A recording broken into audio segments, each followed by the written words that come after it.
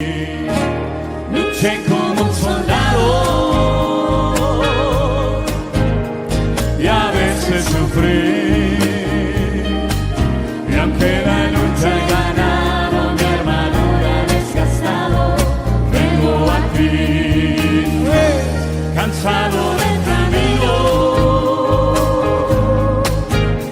sediento de ti. Un desierto he cruzado, sin fuerzas he quedado, vengo a ti. Luché como un soldado y a veces sufrí, y aunque la lucha he ganado, mi armadura desgastado, aleluya, dígale conmigo ahora, fuerte. Sumérgeme en el río de tu espíritu, necesito refrescar ese seco corazón sediento de ti. Sumérgeme en el río de tu espíritu,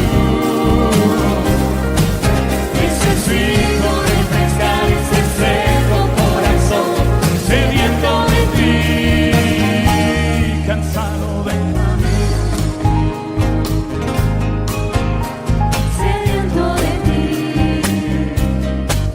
Un desierto he cruzado, sin fuerzas he quedado, vengo a ti. Luché como un soldado y a veces sufrí, y aunque la lucha he ganado, mi armadura desgastado, vengo a ti. Sumérgeme en el río de tu espíritu, necesito refrescar ese seco corazón sediento de ti. Sumérgeme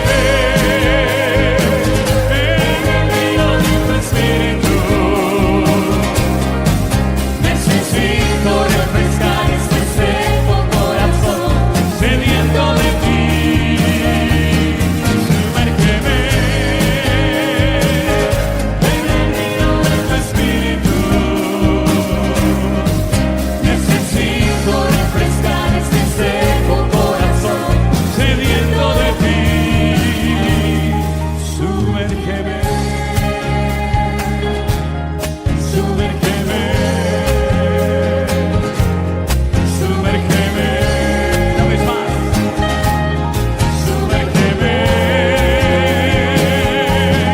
sumérgeme, sumérgeme.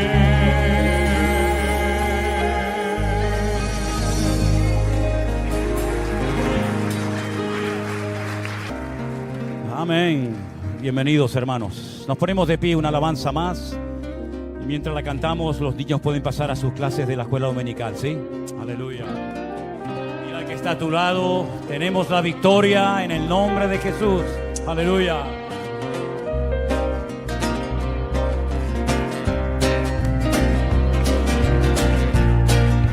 Aleluya. Esas palmas.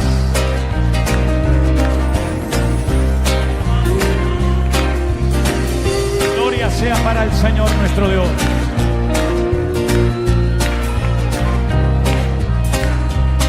Tú vienes contra mí con espada y jabalí, yo voy contra ti en el nombre de mi Dios. No te tengo miedo, por muy grande que tú seas. Aleluya. Una vez más, fuerte. Tú vienes contra mí con espada y jabalí, yo voy contra ti. En el nombre de Dios, no te tengo miedo, por muy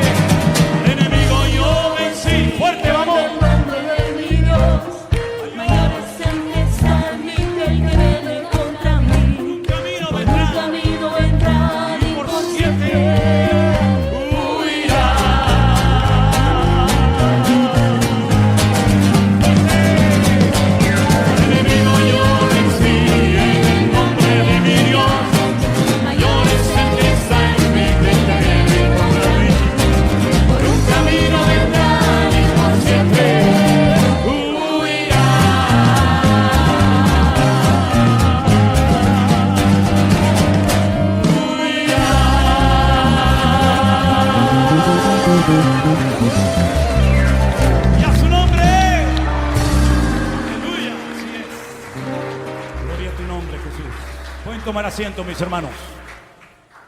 Aleluya.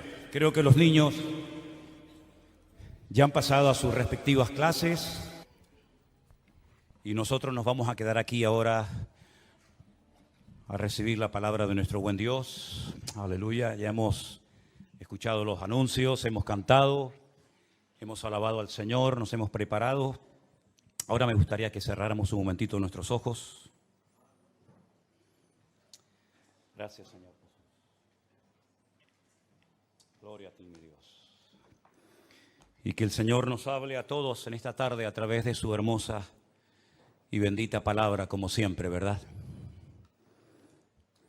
Nos ponemos delante de tu presencia, Señor, abriendo nuestros corazones a ti y pidiéndote, Dios mío, que tú en esta tarde nos hables y nos ministres y nos hables, como siempre, directamente a nuestras vidas, nuestras necesidades, y al mismo tiempo que tu palabra traiga salud, fortaleza, ánimo, renuevo, y que en el nombre de Jesús podamos disfrutar de este tiempo de estudio, de reflexión en torno a tu palabra, Señor. Te damos gracias por todo, en el nombre de Jesús. La iglesia dice amén y amén. Gloria a Dios.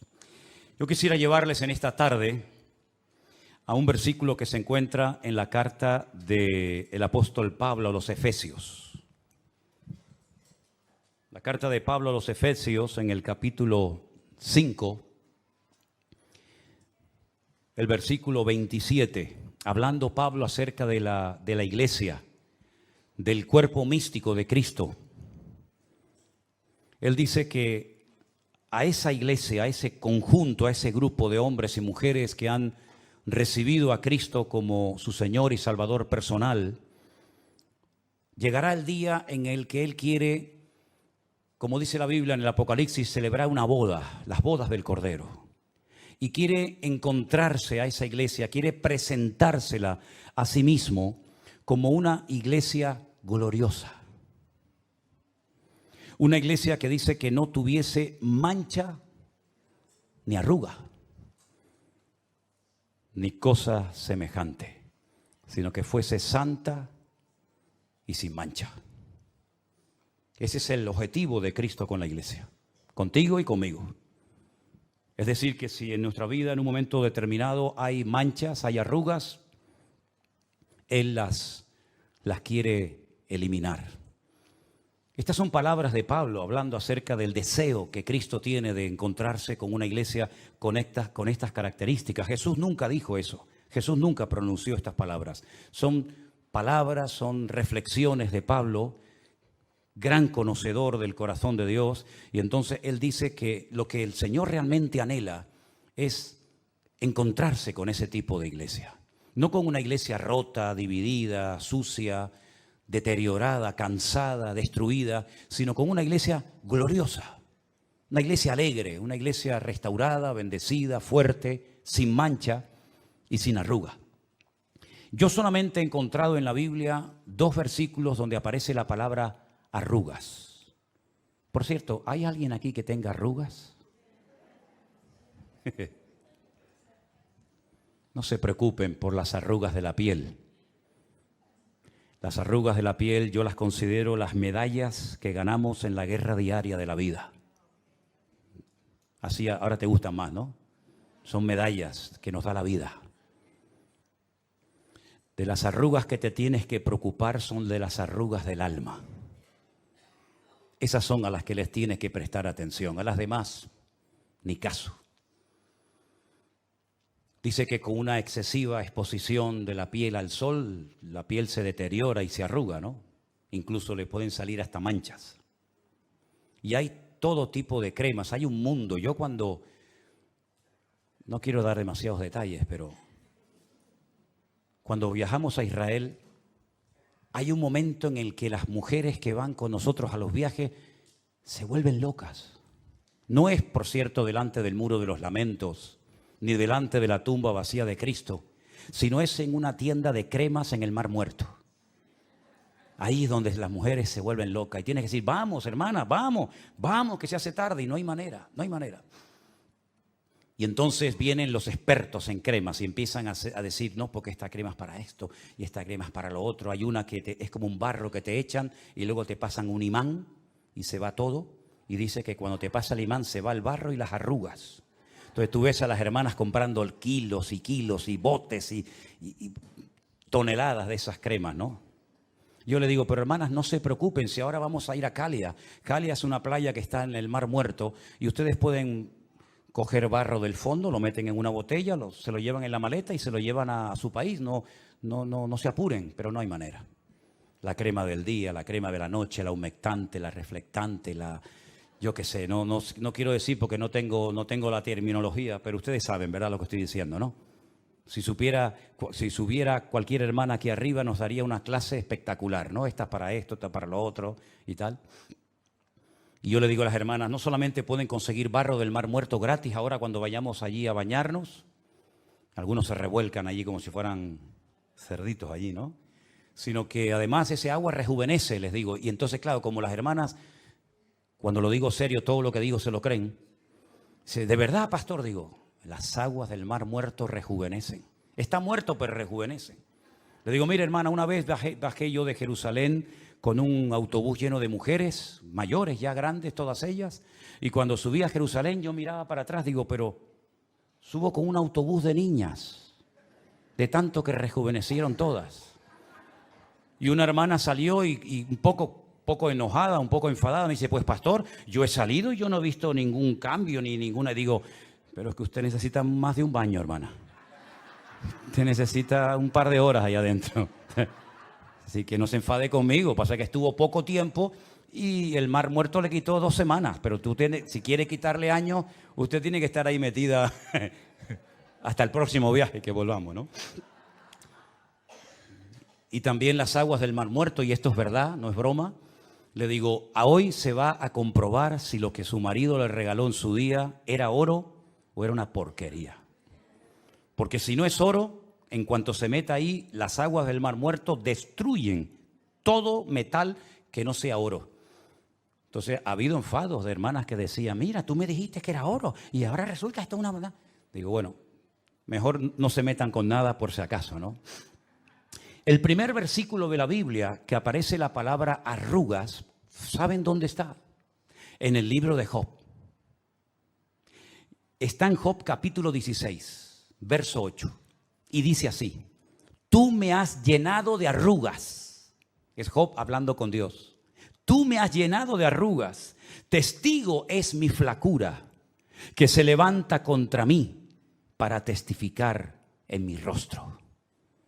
Parece ser que los sufrimientos de Job produjeron en él un envejecimiento, un deterioro tan tremendo que dice que comenzaron a aparecer un montón de arrugas en su cuerpo, en su cara sobre todo, ¿verdad? Ahora, es interesante notar que este término, estas palabras, arrugas y manchas, las emplea Pablo para hablar del deseo que el Señor tiene de encontrarse con una iglesia en óptimas condiciones, sino, como dije antes, una iglesia destartalada que da pena verla. Una iglesia gloriosa, sin manchas, sin arruga, triunfante, victoriosa, en pie, firme, avanzando, ¿verdad? Eso es lo que el Señor viene a buscar a nuestras vidas. Ahora, hay elementos que para mí son muy importantes a la hora de relacionarnos con el Señor, a la hora de vivir nuestra vida cristiana. Y es, número 1, cómo yo me veo y cómo Dios me ve. Porque a veces yo me puedo ver mejor de lo que realmente estoy.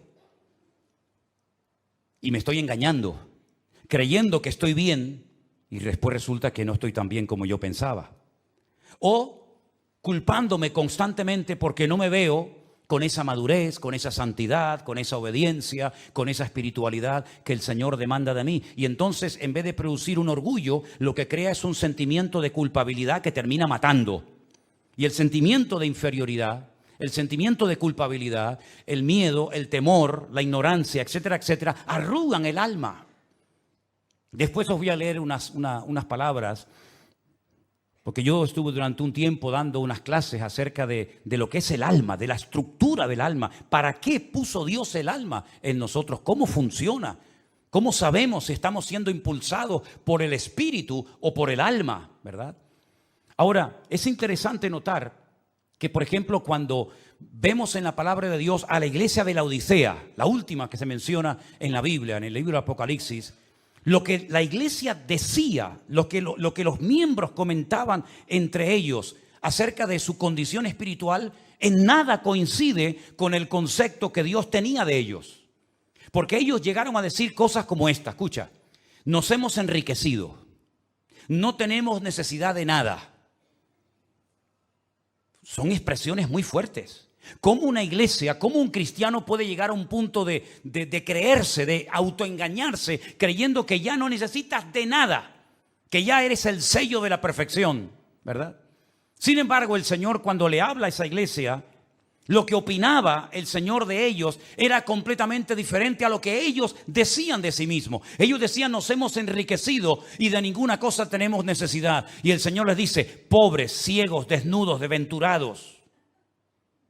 Que no coincide ni una palabra de lo que el Señor dice de ellos a lo que ellos decían de sí mismos. Incluso a esa iglesia le pasó algo terrible, que para mí es la peor tragedia que le puede ocurrir a una iglesia, a un creyente. Y es perder la presencia del Señor y no darse cuenta. Porque es ahí donde el Señor dice, he aquí estoy a la puerta y llamo. Si alguno oye mi voz y abre la puerta, entraré a él, cenaré con él y él conmigo. Es decir, que hasta llegaron a perder la presencia del Señor y no se habían dado cuenta. Creían que no tenían necesidad de nada. Y sin embargo, lo más importante que puede tener una congregación, que es la presencia, la gloria del Señor, la habían perdido y no se habían dado cuenta. Lo mismo que le pasó a Saúl, lo mismo que le pasó a Sansón, lo mismo que le pasó en un momento puntual a José y María, cuando dice que volvían al hogar donde tenían que vivir, donde ellos estaban, y dice que el niño se les perdió. Bueno, yo creo realmente que los que se perdieron fueron ellos, porque el niño estaba donde tenían que estar ellos también. Porque la fiesta es verdad que duraba 7 días, pero cuenta la historia que los que verdaderamente amaban al Señor y los que verdaderamente querían darle más al Señor de lo que Él pedía, se quedaban un día más. Es decir, que la mayoría, la masa se iba al 7º día. Había trabajos, había animales, había ganadería, había muchas cosas, pero los que realmente amaban al Señor se quedaban un día más. Y mira por dónde José y María se fueron al 7º día. Y a los 3 días se dieron cuenta de que Jesús no estaba entre ellos. José pensaba que estaba con María, María pensaba que estaba con José, los dos se equivocaron, tienen que dar marcha atrás y el niño Jesús estaba en el templo diciendo, en los negocios de mi Padre me es necesario estar. Es decir que una cosa es lo que uno diga de sí mismo, no, yo estoy bien, yo estoy firme, yo estoy bien alineado con el Señor. Eso es lo que tú dices y otra cosa es lo que el Señor diga con nosotros. Así que lo que tenemos que averiguar siempre, asegurarnos bien, es si lo que yo pienso de mí mismo coincide con el concepto que Dios tiene de mí. Porque si no coincide, lógicamente el equivocado soy yo y no es nuestro Dios. Amén, hermanos. Ahora bien, ¿qué puedo hacer yo en un momento determinado como iglesia, como creyente a nivel individual, para evitar que manchas o arrugas se peguen a mi vida, a mi comunión con el Señor? Bueno, hay algo muy interesante de esta palabra, y es que la palabra arruga es una palabra que viene del verbo ruó en griego. La palabra en sí es rutis. Rutis en griego es arruga, pero viene del verbo ruó, que significa juntarse a algo. Algo que se adhiere, que podías haber evitado que se te pegara, pero por estar demasiado tiempo con esa persona o en ese ambiente, en ese lugar, se te ha pegado. Es como si entras, no sé, en un ambiente contaminado de humo, donde hay fuego, y al final te vas y la gente dice, oye, tu ropa huele a humo. Es que has estado en una hoguera, has estado expuesto donde hay fuego. O como aquellas personas que dice que estaban en la casa donde el Señor Jesucristo fue ungido con aquel vaso de alabastro y aquel perfume de nardo costosísimo, y dice que toda la casa, incluidos los que estaban dentro de ella, lógicamente, dice que se impregnaron con el mismo olor de la casa, es decir, con el mismo olor que desprendía Cristo. Es decir, que si tú estuviste ese día en esa reunión, cuando Cristo iba por la calle, la gente lo olía a nardo puro, y los que estaban con él, aunque no fueran de sus discípulos, por haber estado allí ese día con el Señor, también salieron oliendo al mismo aroma, al mismo perfume del Señor Jesucristo. Eso es ruó en griego. Es el juntarte a algo que se te impregna, que se te pega en tu forma de hablar, en tu forma de expresarte, en tu forma de comportarte en la vida. Y esas son las arrugas de las cuales habla la Biblia. No es ningún pecado tener arrugas, ni mucho menos. Ya te dije antes que son como medallas, ¿no? Que nos da la vida. Pero lo que está bien claro es que hay cosas que nosotros como creyentes debemos de evitar. Ciertos lugares, ciertas amistades, ciertas relaciones. Por ejemplo, una vez Pablo mandó una carta a la iglesia de Corinto y parece ser que lo malinterpretaron.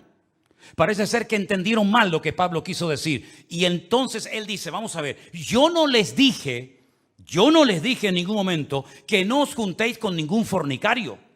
Yo no enseñé eso.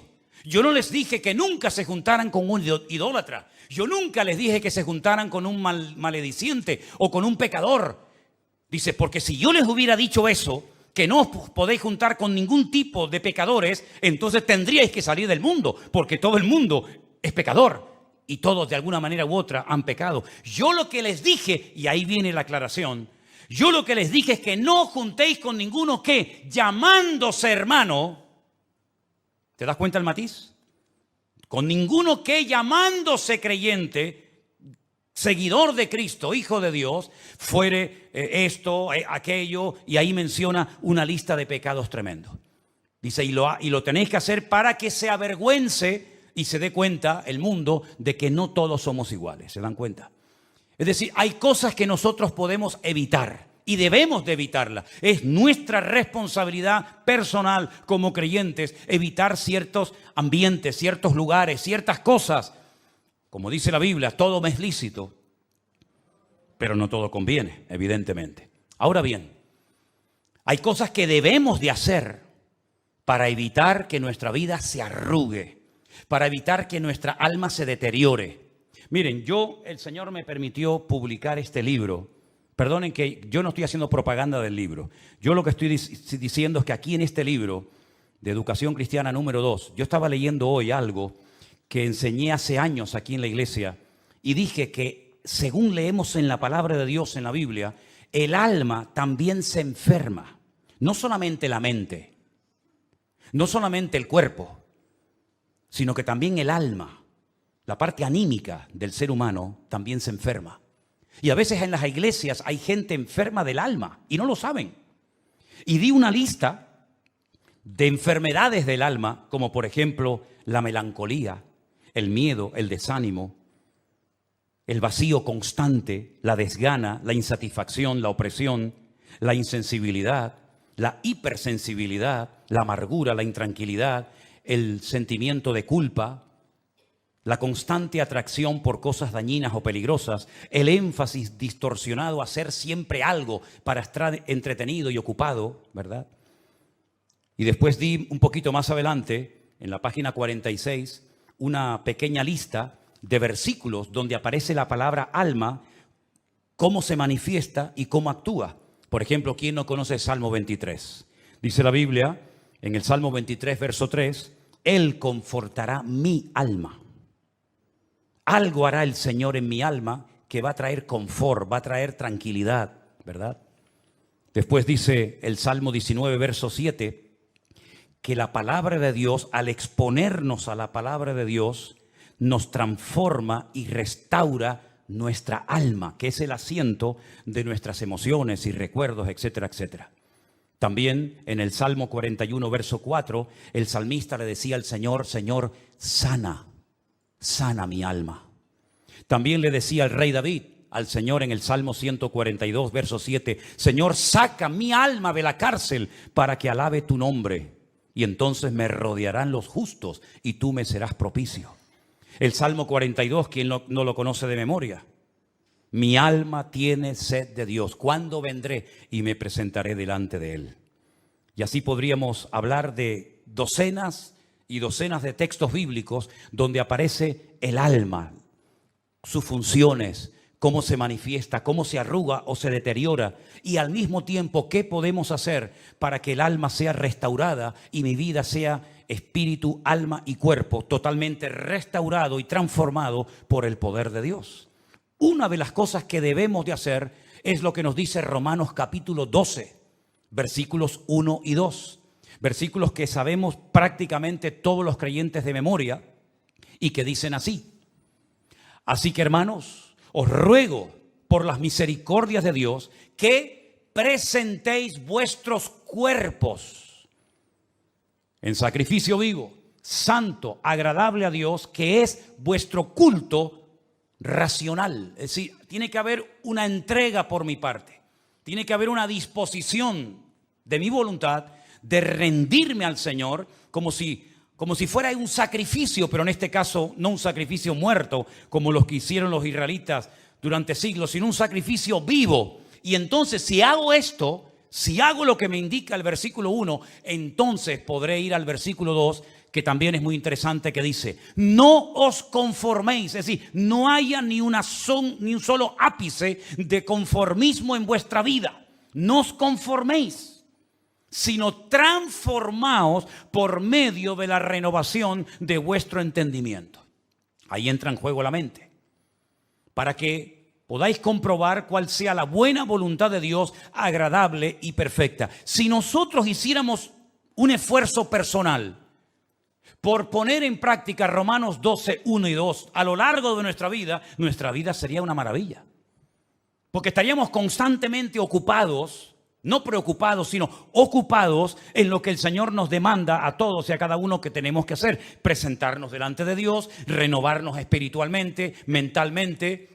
Y de esa manera iríamos comprobando paulatinamente, progresivamente, cuál es la voluntad de Dios para la vida de mis hijos, para mi trabajo, para mi matrimonio, para mi ministerio, para la iglesia. Y no estaría siempre diciendo: ¿y ahora qué hago? ¿Y voy o no voy? ¿Me callo? ¿Será que el Señor me llama? ¿Será que no me llama? Y no sé qué. Sino que si hiciéramos lo que dice ese texto, esos dos versículos, en todo momento podríamos decir: no, la voluntad de Dios es esta. ¿Y cómo lo sabes? Pues porque he hecho lo que dice la Biblia. Que cuando me dejo transformar, cuando me dejo tratar y moldear por el Señor, cuando presento mi cuerpo como sacrificio vivo, cuando renuevo mi mente, yo puedo saber en todo momento cuál es la voluntad de Dios, que dicho sea de paso, tiene las siguientes características: es santa, agradable y perfecta. Bendito sea Dios. Simplemente, digo entre comillas, por poner en práctica esos dos versículos. Pero hay otra porción tremendamente interesante que yo quiero compartir con ustedes en esta tarde, para darte material, para que sepas cómo evitar las arrugas, las enfermedades de tu alma y puedas ser un cristiano victorioso todos los días de tu vida. Leamos lo que dice Filipenses capítulo 3, del versículo 12 en adelante.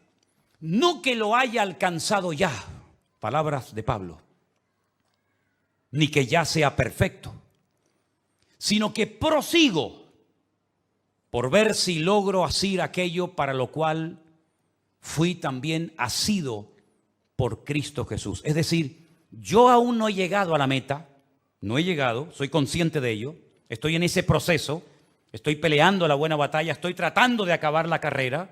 Ya en Timoteo dice que ya la acabó, pero ahí estaba todavía corriendo la carrera, y dice que prosigo, todavía estoy tratando de avanzar, de superar, de crecer, de madurar, de dejar cosas, etcétera, etcétera. Incluso, como material para añadir un poco más, Pablo llega a decir en otra carta, pero que es complementaria con esto, que había cosas que él hacía que no quería hacer.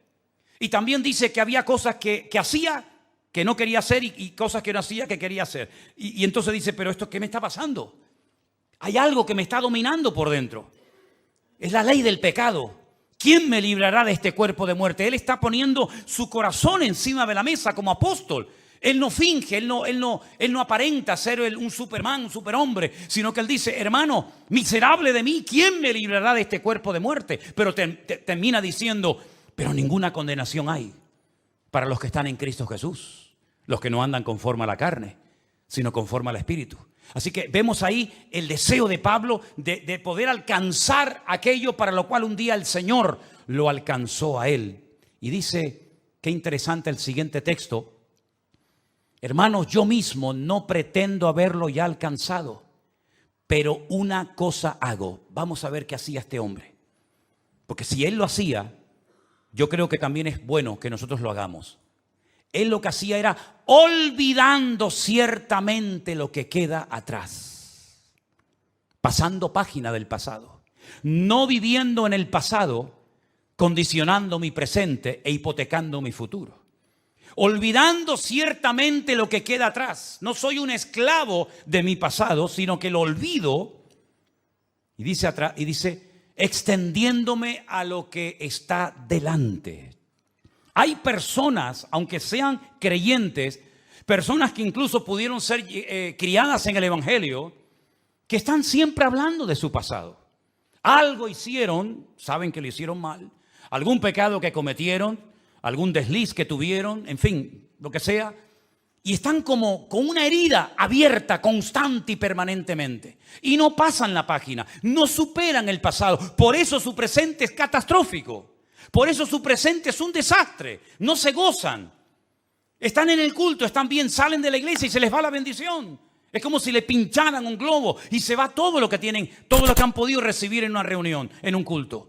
¿Por qué? Porque son víctimas, son esclavos de su pasado. Y Pablo dice, yo lo que hago es olvidar mi pasado. Bueno, y si queremos ir más allá en esta idea, el creyente no tiene pasado. Amén, hermanos. Porque dice la Biblia que las cosas viejas pasaron. Y aquí todo es hecho nuevo. El que está en Cristo, cuidado, el que no está en Cristo. Pero el que está en Cristo es nueva criatura. Es una nueva criatura, es una nueva creación. Y las cosas viejas pasaron y aquí todo es hecho nuevo. ¿Hay algún versículo más? El siguiente. Prosigo a la meta, al premio del supremo llamamiento de Dios en Cristo Jesús. Es decir, allí delante hay un premio, allí delante hay un galardón. Aquí no lo tengo. Voy corriendo, voy avanzando, pero si yo me paro, lo pierdo porque no es cuestión de correr una temporada, no es cuestión de estar bien un tiempo. Bueno, si usted ha corrido, si usted ha dejado el pecado, si usted ha dejado su mala vida, bautizándose, incluso dando testimonio y ejemplo de una forma representativa, simbólica, de que usted ha superado su pasado o quiere superar su pasado, estupendo, genial.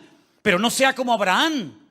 Hace poquito hablábamos de él, ¿se acuerdan? Dice la Biblia que Dios le dijo a Abraham, sal de tu tierra y de tu parentela a la tierra que yo te mostraré. Hermano, más claro agua.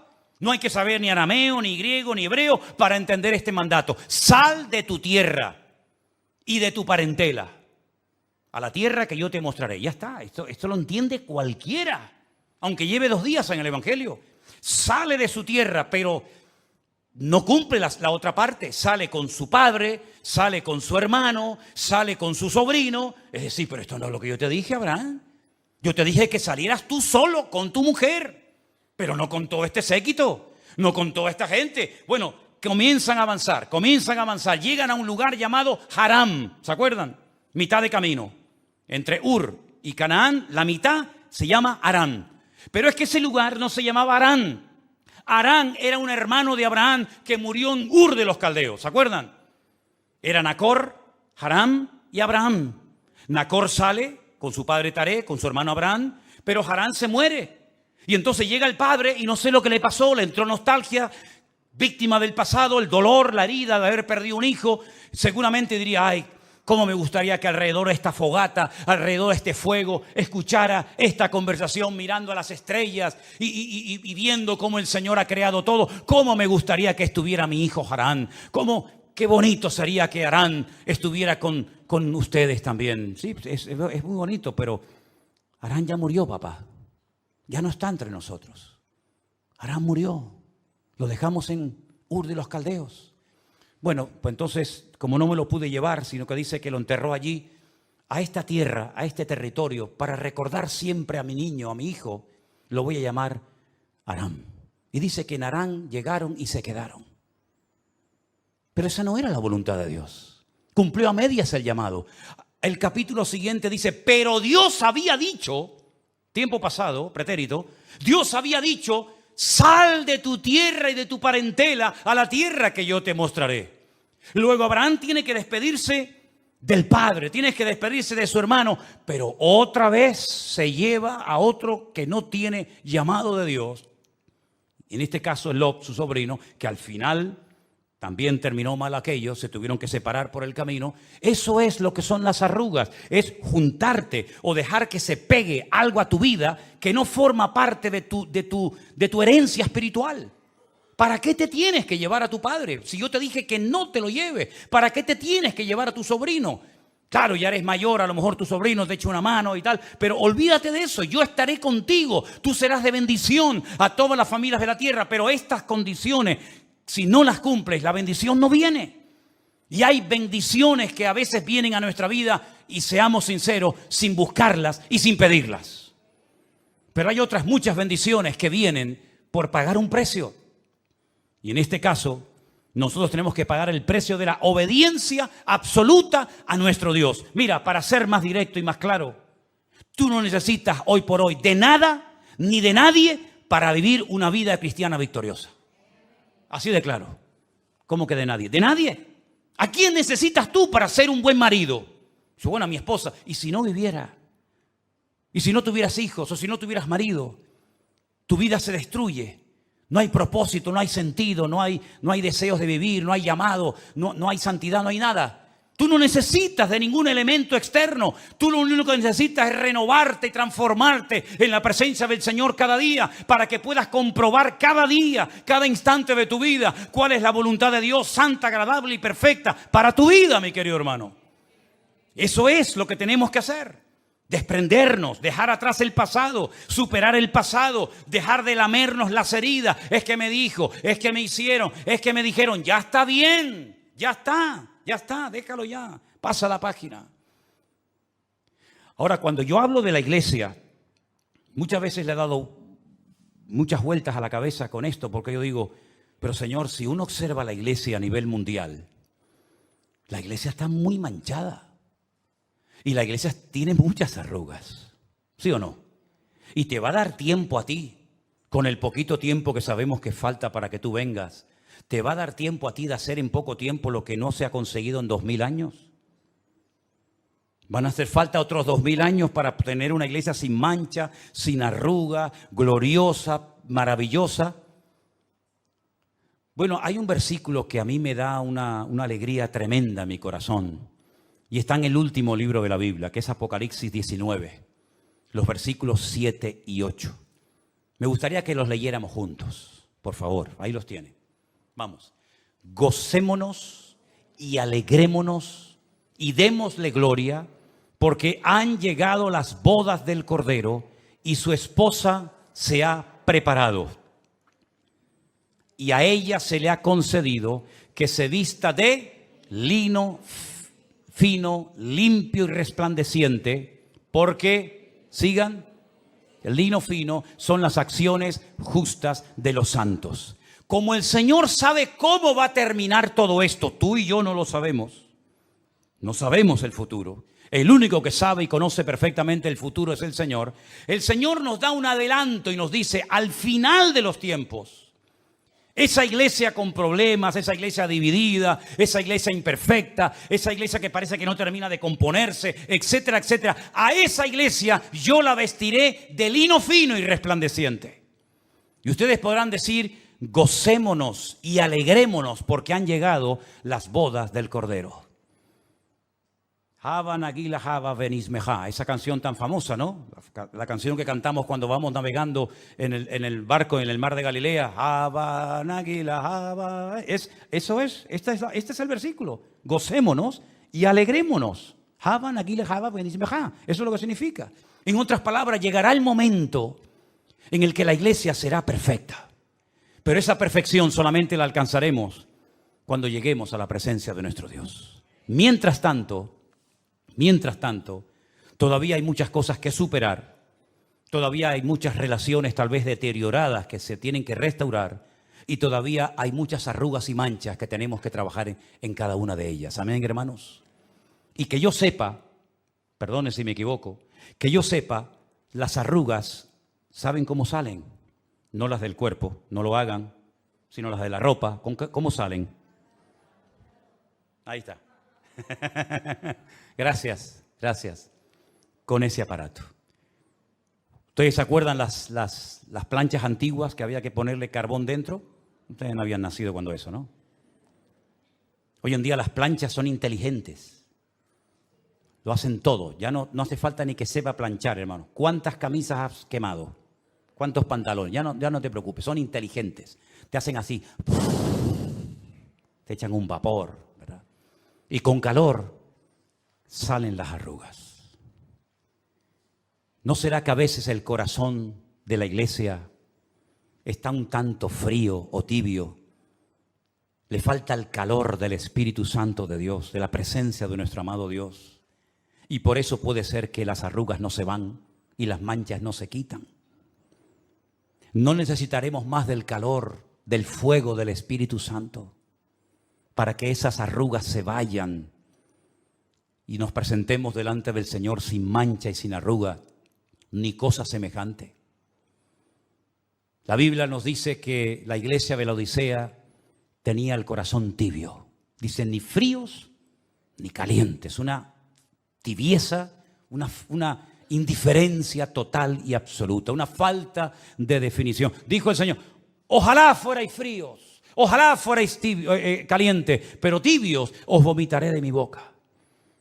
Ahora sí que te hago esta pregunta y contéstatela para ti mismo. ¿Cómo está tu corazón y tu relación con Dios? Bien caliente con el fuego del Espíritu de Dios, ardiendo más que nunca, decía Pablo, ¡aviva el fuego, Timoteo! Que a veces trabajando para otros se enfría uno. Por atender la viña ajena, descuidé mi propia viña. ¿Se dan cuenta? Aviva el fuego, Timoteo. Cuídate de ti mismo. Cuida la doctrina, cuida a los hermanos, cuida a la iglesia, pero sobre todo cuídate a ti mismo, porque de ti depende mucho en el reino y en la obra de Dios. Así que aviva el fuego del don de Dios que está en ti. Pero por otra parte también sabemos que hay gente que se enfrían, que se congelan espiritualmente hablando. Les da lo mismo todo. Que se condenen, que se salven, que vengan muchos, que vengan pocos. Tan fríos, tan congelados completamente. Y luego están los tibios, los que no terminan de estar en un lugar ni en otro. Y el Señor dice que a ese tipo de creyentes, a ese tipo de iglesia, los vomitará de su boca. Es la primera vez que yo sepa que en la Biblia aparece esa expresión tremenda. A los tibios los vomitaré de mi boca. Entonces le dice el Señor, te aconsejo que de mí compres oro, que significa, ¿verdad?, la fe, que unjas tus ojos con colirio para que puedas ver. En otras palabras, le da el secreto, las herramientas para que puedan volver a tener fuego en sus corazones. Lo mismo le pasó a la primera iglesia, la que se menciona en el Apocalipsis capítulo 2. Habéis trabajado, habéis sufrido, habéis probado a los que se dicen ser apóstoles y los habéis hallado mentirosos, pero tengo contra ti que se ha enfriado tu corazón. Eso es dejar el primer amor, ¿sí o no? Tengo contra ti que has dejado tu primer amor, has dejado el fuego, has dejado que otras cosas o personas me desplacen de tu vida y ahora le dedicas más tiempo a estos caprichos, a estos deportes, a estos entretenimientos y juguetes que a mí, cosa que hacías antes. Y sin darte cuenta te has ido enredando, no dándole importancia a las horas que pasas ahí delante de una pantalla o sabe Dios qué, no te has dado cuenta de que yo ya no soy lo primero en tu vida. Cantas, alabas, vienes a la iglesia, participas de vez en cuando, pero ya no es como antes, ya no es como al principio. Y entonces el Señor le ordena, le exhorta, sacude a la iglesia de la Odisea para que vuelva otra vez a recuperar. Dice, y si no, quitaré tu candelero, es decir, quitaré tu luz y se la daré a otros. Hay una parábola muy interesante, es la última. De todas las parábolas de Cristo, la última que enseñó fue la de las 10 vírgenes. 10. Las 10 fueron a esperar al esposo. Así era la costumbre en aquella época, ¿verdad? Fueron a buscar al esposo, tardaba el esposo en venir. Dice la Biblia que todas se quedaron dormidas, pero cuando vino la voz, el anuncio de que ya viene el amado, ya viene el esposo, todas se levantaron, pero unas se dieron cuenta de que el aceite se había consumido y tenían que poner de repuesto aceite de oliva en la lámpara y no tenían. Y entonces dice, déjame un poco, que se me apaga la lámpara. Y dice, no, porque si te doy a ti, pues ni te va a llegar a ti, ni me va a llegar a mí. Lo que tienen que hacer es ir a comprarla y si no, hubieran pensado antes, traer aceite de repuesto. Y dice que cuando fueron y a la vuelta ya se cerró la puerta y fue demasiado tarde. En la vida hay un tiempo para cada cosa. Hay un tiempo para ser padres, hay un tiempo para ser jóvenes, para ser niños, para ser adolescentes. Pablo dice cuando era niño, Hablaba como un niño, pensaba como un niño, juzgaba, pero ya no soy un niño, ya soy un hombre. Entonces ya la voz me ha cambiado, mis deseos, mis gustos, mi forma de hablar, mi forma de comportarme. El niño es capaz de estar llorando y a los 5 minutos está riendo o viceversa. El hombre tiene otra consistencia, otra madurez, otra espiritualidad, otro vocabulario, ¿verdad? Otro léxico, tiene una madurez, porque ya, oye, pues la vida te va cambiando, ya no es lo mismo como ve la vida con un hombre de 60 años, que un chico de 20 años, que un chico de 14, que un niño de 8 o que un niño de 4, ¿verdad? La vida nos va cambiando y uno mismo también va cambiando, espiritualmente hablando. ¿En qué etapa de tu vida te encuentras? Hay una etapa para ser padres y si no aprovechas esa etapa, pues hijo, ya está. Y hay una etapa para hacer una serie de cosas en la vida. Y hay otros momentos para decir, ya no es mi tiempo para eso. Ahora le toca a otros. Yo ya hice lo mío, ahora que otro coja el relevo. Como dice Pablo, yo sembré. Yo hice mi trabajo. Oye, ven, riega lo que yo he sembrado y que el crecimiento lo dé el Señor. ¿En qué etapa de tu vida te encuentras? ¿Te estás renovando? Yo siempre he dicho y termino, que lo que yo soy, yo tengo que plasmarlo en otro. Yo cuando me muera tengo que dejar pastores. Si yo cuando me muera o cuando no esté en este mundo, yo no he dejado pastores, he cometido el peor error de mi vida. Yo siempre pongo el ejemplo de una iglesia evangélica de aquí, de esta ciudad de Santa Cruz de Tenerife, donde el pastor estuvo más de 40 años al frente de esa iglesia. Y algunos saben de lo que estoy hablando. Más de 40 años al frente de esa iglesia como pastor principal. Cuando este hermano murió, al no haber preparado a nadie, al no haberse reproducido, ¿qué dice el Señor? Cada especie se reproduce o se reproducirá según su propia especie. Eso lo dijo el Señor allí y hasta el día de hoy los leones paren leones, las jirafas dan jirafas, los perros paren perros, los monos dan monos. No, que hay una mutación y ahora los leones están pariendo vacas y las vacas están pariendo cebras y las cebras están pariendo conejos. ¿No? Cada uno según su especie, en lo vegetal, en lo material, en todo, en lo animal, en lo espiritual también. ¿Qué eres tú en Cristo? Yo sé lo que soy en Cristo. Si yo no me reproduzco según mi especie, he cometido una equivocación. He sido un pastor estéril que simplemente ha atendido y parido ovejas, pero que no ha preparado pastores para que cuando esta persona termine su carrera, como la terminó Moisés y como la terminó todo el mundo, pues haya continuidad. Porque en el reino de Dios la continuidad, la perseverancia es un elemento fundamental. Entonces yo sé en lo que me tengo que reproducir. Yo tengo que producir el mayor número de obreros y de pastores a lo largo de mi vida. Esa es mi meta, hoy por hoy. Cuando tenía 20 años tenía otra meta. Hoy por hoy esta es mi meta. Pero y tú como creyente, lo que estás haciendo, lo estás reproduciendo en otra persona para que el día que tú faltes, por el motivo que sea, alguien tome el relevo de lo que tú le enseñaste en su momento. Porque Pablo pastoreó la iglesia y es una maravilla tener a Pablo de pastor. Aunque a algunos tampoco les caía muy bien Pablo. Pero cuando Pablo se fue dejó a un Timoteo. Cuando Moisés se fue dejó a un Josué. Cuando Elías se fue dejó a un Eliseo. El problema fue cuando murió Josué, que no dejó a nadie. Y se armó el caos, la anarquía en el pueblo. Cada uno hacía lo que le venía en gana, dice la Biblia, libro de los jueces. Cuando se murió Eliseo, un caos terrible porque no dejó sucesor, no dejó heredero. Tú tienes que buscar tu heredero, tu escudero espiritualmente hablando. Lo que tú estás haciendo hoy por hoy en el cuerpo de Cristo, tienes que reproducirlo en otro. Porque si no, se cortará el hilo conductor. Y si hay un elemento fundamental en la Biblia, es que hay un hilo conductor desde el Génesis hasta el Apocalipsis. Es decir, hay continuidad profética. Hay continuidad de propósito. No es que Dios dijo una palabra, se murió ese profeta y ahí se quedó en el vacío, en el limbo. No, sino que hay una continuidad y muere un profeta y se levanta otro, y muere un juez y se levanta otro, y muere un sacerdote y se levanta otro, y hay continuidad hasta llegar a Cristo. Y Cristo, nuestro sumo sacerdote, nos dice hoy en día que cada uno de nosotros, según la actividad propia de cada miembro, Efesios 4, el cuerpo se va creciendo por la actividad propia de cada miembro y nos vamos reproduciendo en otras personas. Y como alguien me dijo hace muchos años y no entendí lo que dijo, Créame, no lo entendí. Hoy en día sí lo entendí. Hoy sí lo entiendo. En un congreso de pastores hace muchos años, un pastor invitado dijo la siguiente frase. Repito, yo en ese momento, no sé si hasta me molestó, pero no la entendí. Él dijo, el mayor trabajo de un pastor es quedarse sin trabajo. Parece como una incongruencia, ¿no? En otras palabras, como le dijeron a aquel gran varón de Dios que estaba arando en el campo y le dijeron, ¿qué te falta a ti hacer en la vida? Y dice, a mí, terminar este surco. Ya lo he terminado todo. Pablo llegó a decir, he acabado la carrera. Ya no voy a seguir corriendo, ya corrí bastante. Yo ya he acabado la carrera. Yo ya he peleado la batalla. Llevo años peleando, llevo años corriendo, pero ya no voy a pelear.